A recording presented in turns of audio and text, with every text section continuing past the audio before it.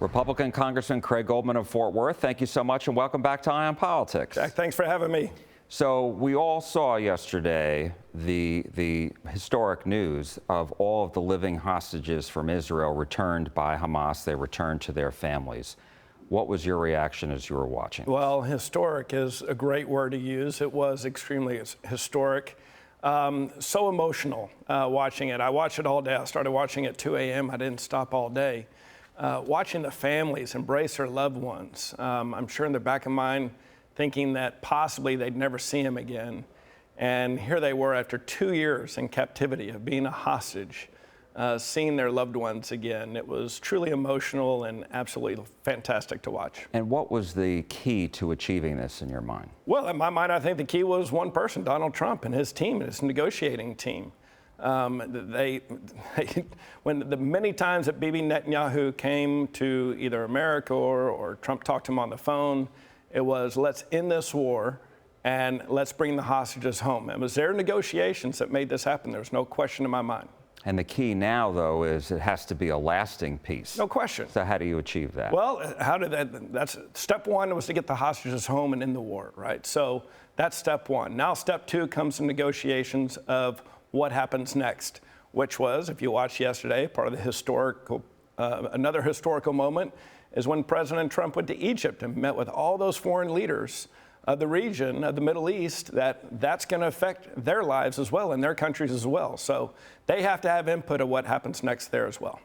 And one thing, though, is that there are still 24 remains of 24 hostages who didn't survive, who were killed by Hamas, have not been returned yet. How does the United States ensure that Hamas lives up to that part of the agreement and returns the remains? Well, again, that was part of the deal, and just heartbreaking to know that there are up to 30 former hostages who are no longer living that are still in Gaza. And part of the problem, as they said, is they need to find them first. They don't really know where they all are. So right, we keep the pedal on the metal and make sure that all those hostages and their remains are returned back to Israel. So you're talking about pressure. That's correct. Pressuring Hamas. Yes. And as far as, the future, the long-term future, I know one of the goals is to demilitarize, de-radicalize Gaza. So how do you believe that's going to happen? And, what can the Congress do, if anything, to ensure that? Well, Hamas has proven that they're a terrorist organization, and so they can't rule in Gaza. We know that. And again, that's where the buy-in from all the foreign countries that President Trump went and visited with yesterday, their buy-in is a huge part of it. Not knowing what the future of that area is as far as who is in charge or who rules it, but we do know one thing. Hamas cannot be a ruling party or can't have any participation in that area anymore. They are a terrorist organization. And what impact do you think this will have on the rest of the Middle East? Well, again, talk about historic. This truly could be peace in the Middle East, which, as President Trump said yesterday, doesn't think it's happened in not only hundreds of years, but thousands of years. True peace, that's the goal. And, we're all hoping that that's exactly what happens here in the future. There is a lot of discussion about whether Israel and Saudi Arabia can agree to be part of the Abraham Accords. How quickly do you think that could happen? Well, I'm one of the co-chairs of the Abraham Accords, or the co-chair of the Abraham Accord caucus in the U.S. Congress. And I think that absolutely could happen. And again, it's part of what President Trump and his negotiating team have been able to do. They've been able to do things other administrations have not been able to do. So the Abraham Accord is extremely important for all those countries in the Middle East to be a part of. And I think negotiations not only have been going on, but will continue to go on, not only bringing the Saudi Arabia, but other countries there in the Middle East into the Abraham Accords. And just quickly on the fact that you have this Abraham Accord caucus. Yes. What do they do? How long have they been meeting? And what's the goal of this caucus? Yeah, so we're a bipartisan caucus that is for peace in the Middle East. That's it. And so we haven't gone there. I haven't gone there yet to the region as a member of the caucus. I know that's one of the intended goals. But to meet with the leaders of those countries to talk about the Abraham Accords and to continue to educate people about what the Abraham Accords are as far as bringing peace to the Middle East. So let's talk about the government shutdown. Is there any end in sight, and what do you think it's going to take to end it? The end in sight is Chuck Schumer saying, okay, I'll vote for the continuing resolution. That's it. It's very simple. The Republicans in the U.S. Congress, in the House, made that vote. What's it going on, 2 weeks and change now, where we took that vote to keep the government open, and the Democrats in the Senate refused to do it. They need 60 votes in the Senate. They have 53. So we need Chuck Schumer to end the Schumer shutdown, take the vote to keep the government open, or now reopen the government, and get the troops paid, and have low-income families get paid, because there's no reason to have this shutdown right now, zero.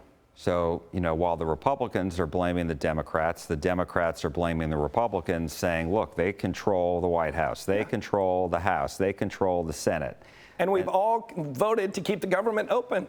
It's Chuck Schumer that has forbid his members and himself from voting to keep the government open. A very vote he took back in March. He voted for what's called a clean continuing resolution. No add-ons, no gimmicks, just keep the government open. Let's keep negotiating on the budget. That's the whole thing. That's what we need. And we voted for it in the House, and Schumer refuses to let his people vote for it in the Senate, only because he got pressure back in March when he voted for it from the very far left woke members of his party. The AOCs, who may primary him, gave him heck for voting for that back in March, and that's the only reason why he's not allowing that vote or not voting for it at this time. Now, he and the other Democrats have said that they want to extend the enhanced tax credits from the Affordable Care Act, and they want to make that part of the deal to reopen the government. The Republicans have pushed back, saying, no, we have to reopen the government first, and then we can talk about it. Because they just made that up. These tax credits don't expire until December. By the way, tax credits the Democrats voted for put a temporary 5-year term on them, knowing that they were going to expire at the end of this year. And now all of a sudden they come up with a negotiating tactic of, well, we need to talk about that in order to reopen the government. It's complete, total ridiculousness out of Chuck Schumer. And so we're happy to have that conversation, but that's part of the negotiations for November and December, not for right now when we need to reopen the government to get our troops paid. Chuck Schumer is preventing our U.S. troops from getting their paychecks. Well, let me ask you, I do want to ask you about that, but just let me finish this thought on these enhanced tax credits. Some Republicans have said, look, we didn't vote for this, it was only Democrats, and you mentioned that. But I've heard some Republicans say, yeah, let's negotiate. And then I've heard other Republicans say, no, this is too expensive. Obamacare doesn't work because it's just too expensive. And you're having to throw more taxpayer money at it every time, and premiums keep going up. And I'm wondering, if you had to vote on this, would you be a no vote or a yes vote? Jack, that was passed 5 years ago. Okay, I'm new. This is my first year. But those issues go through the committee I sit on, Energy and Commerce. We handle the health care and the Obamacare issues. So let's have hearings on them. Let's discuss it. Let's see what the results are if they do get cut, if they aren't extended. It's all part of one man. Chuck Schumer is not going to make the decision whether or not these tax credits get extended or not. He's not going to hold us hostage as it is. So let's have that discussion. Let's go through committee hearings. Let's let the people talk about whether that's good or bad. Let's let the committee members make the decision and then make the recommendation as we move forward, and then let's have a vote. But Chuck Schumer saying we better do this or else, that's, again, he picked an issue that his far left woke members of his party are making him pick strictly to come up with an excuse of why he can't vote to keep the government open. And then going back to your comment about let's get military members paid, the president said, I thought that the Defense Department, or the Department of War, I guess now it's called, was going to ensure that military members are being paid. Is that just for one paycheck, and then, how's that going to work? That's a great question. I don't know the extent of how long that is, but even if it is for only one paycheck, all the more reason why Chuck Schumer should vote to reopen the government. It's not just the military, obviously. It's all the government employees, all the workers out there, the TSA agents, the men and women who are air traffic controllers, as you see, starting to hurt air traffic in our country. So it's everybody getting paid by our U.S. government, all the federal employees. who are going to miss a paycheck or more as long as Chuck Schumer votes to continue to shut down the government. And what do you make of the fact that the administration is laying off some workers inside the administration, some of these departments? Well, again, that's up to the administration. That's up to every department agency. That's whether or not, the people who work there, are they truly essential? I, for one, think government is way too big. I've fought for that when I was campaigning. I said there's not one child that the Department of Education educates in my district.